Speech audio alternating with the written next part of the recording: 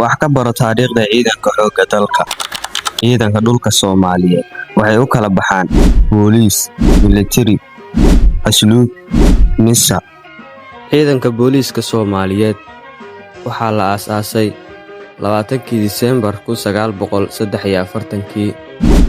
Taliyihii ugu horeeyay ee ciidanka booliiska Soomaaliyeed waxa uu ahaa Genaraal Maxamed Abshir Muuse.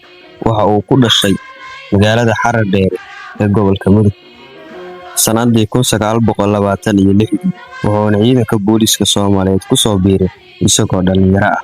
Howlaha ciidanka booliisku uu qabto waxaa ka mid ah ilaalinta anshaxa bulshada, ilaalinta amniga gudaha iyo wixii la mid ah.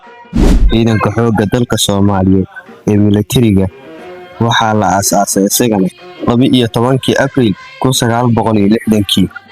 Taliyihii ugu horeeyay ciidanka xoogga dalka ee militariga waxa uu ahaa Sareeye Guud Daawud Cabdullaahi Xirsi Faynuus. Sanadii 1924 ayuu qoys diinta u saaxiib ah uga dhashay deegaanka Mareeg ee degmada Eeldheere ee gobolka Galgaduud.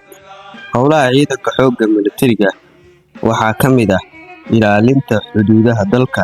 Sidoo kale waxay la diriraan xubnaha kooxda ee dawladda ee argagixisada iyo wixii la mid ah. Ciidanka asluubta Soomaaliyeed waxaa la aasaasay 1960 kadib markii Soomaaliya ay qaadatay xorriyadda si loo maareeyo xabsiyada iyo maxaabiista dalka.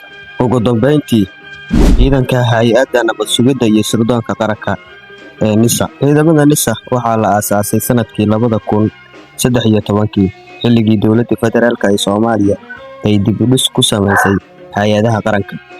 Horey waxaa u jiray hay'ad la oran jiray NSS oo loo soo gaabshay National Security Services xilligii dowladdii dhexe laga soo bilaabay 1969 oo laga soo gaaray 1991, balse burburkii ka bacdi waa ay joogsatay. Ugu dambeyntii, halkaas ayaan ku macsalaamaynayaa. Waa aniga oo Shaakir Fiile.